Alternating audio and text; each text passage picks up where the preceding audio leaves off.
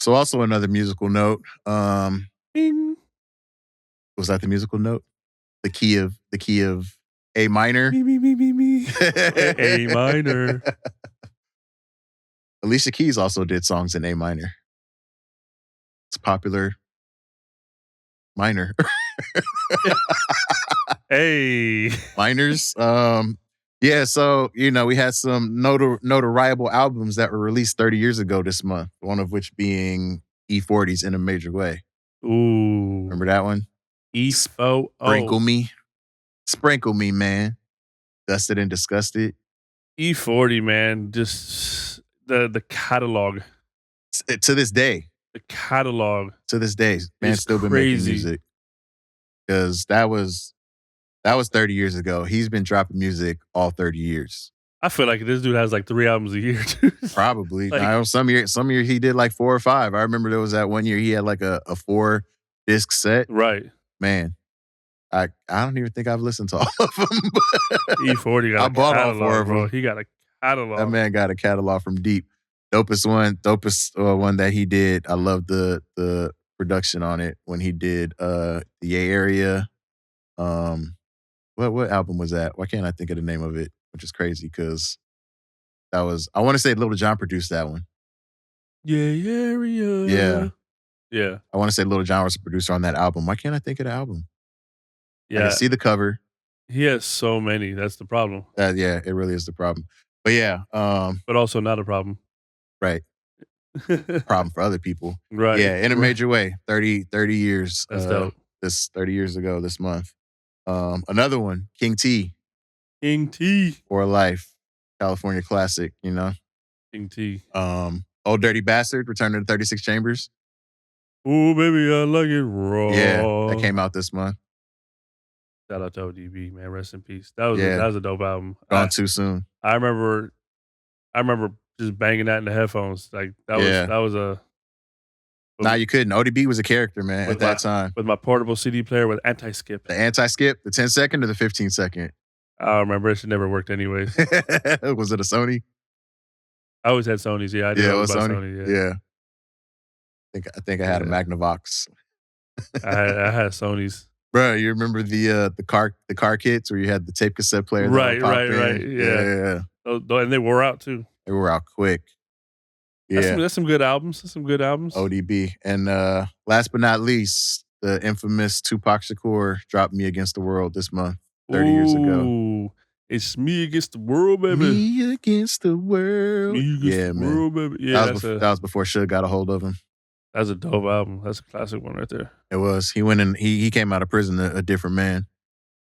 Yeah, he came out swinging. Pac before prison versus Pac after prison. Like, you can totally hear the difference in the musical catalog. And one thing that I was wondering is, unfortunately, we never got to see him finish his time with Death Row.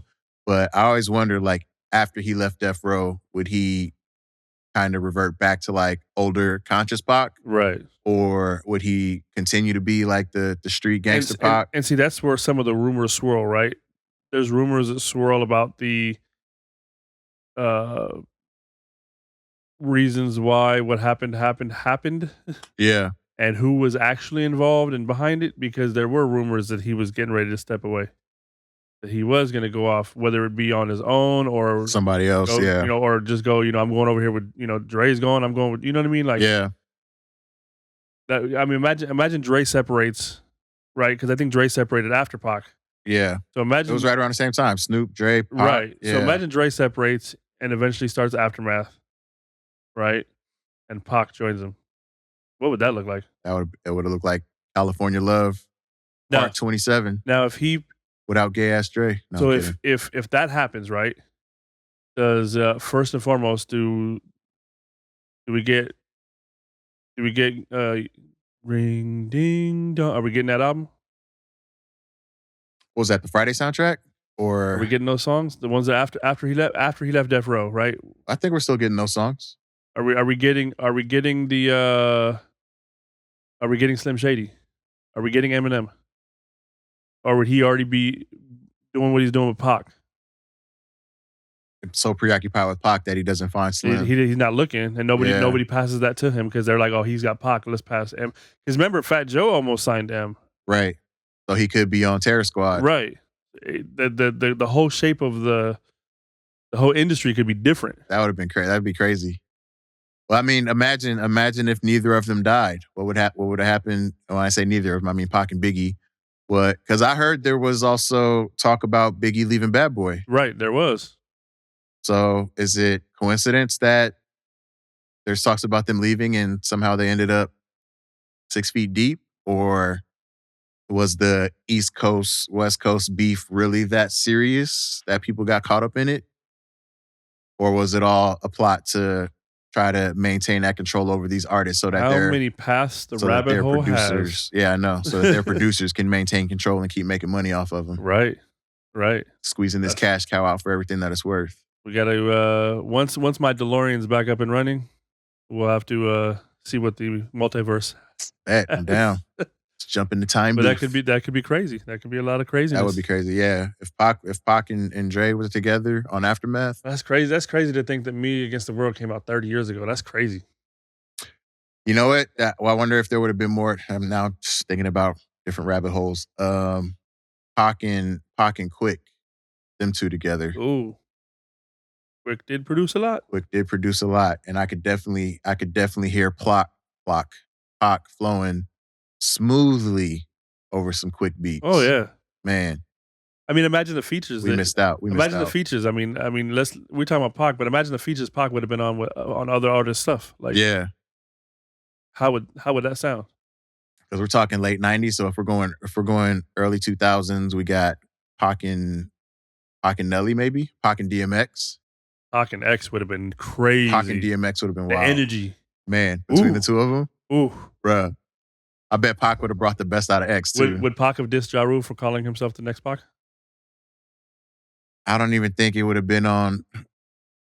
Yeah, he probably would have. He dissed Hammer, so he probably would have dissed Ja Rule too. I was gonna say I don't even think Ja Rule would have been on his radar. He'd have probably laughed it off, but right.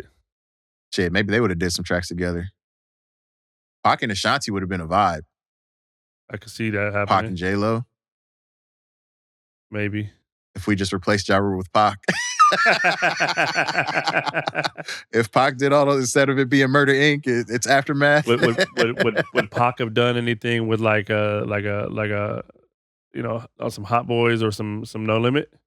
I could see it. South stuff? Maybe. I mean, that would have been an interesting mix. Pac and Wayne.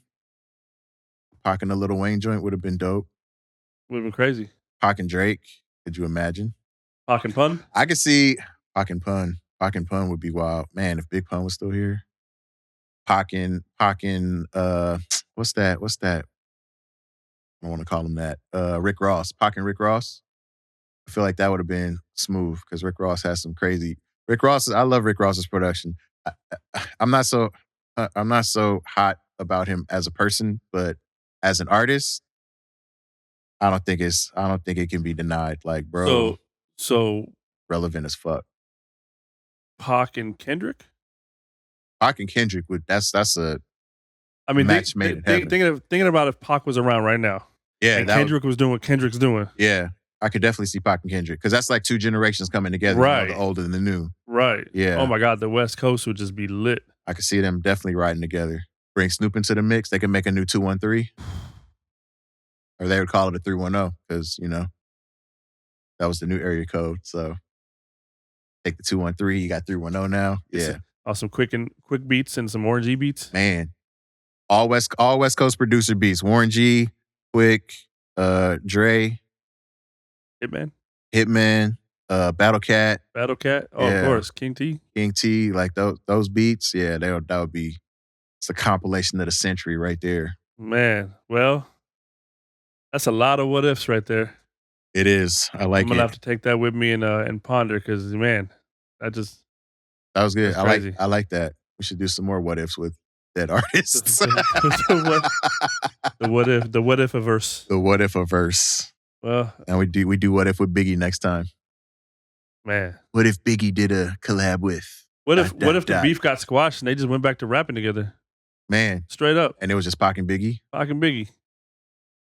Squashed. That'd be dope. On some like Nas and Jay-Z stuff, you know what I mean? Like, yeah. Bring it together. Yeah. Feel like I it could have like happened. it could. They It was homies could. to begin with. I felt like there could have been a Right. conversation to be had. Right. They could have squashed it. They could have squashed it, but again, there's a lot of animosity in the air that Well, it's animosity along with instigators. You yeah, got people in your ear, that push so that push that narrative, yeah, the gift and the curse.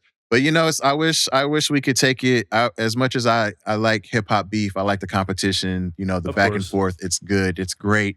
I think it's what helps the genre grow Yeah, and everything like that. But I wish we could look at it more as like a sport, a boxing match. Like, right. we got rounds. This round it's Biggie and Pac, You got a winner, you got a loser. But at the end of the Shake day, it's hands. just a fight. All right, we Yeah. come back together, everybody goes back to their respective You corner. want to get into a deeper what if, and we won't even go here. But I mean, you can say what other movies would Pac be in at this point? You know what I'm saying? Because he was Oh on that man, acting trip yeah, he too. was So, and already we he kind of was talked already about that making as that well. move. Yeah. Can you reach that?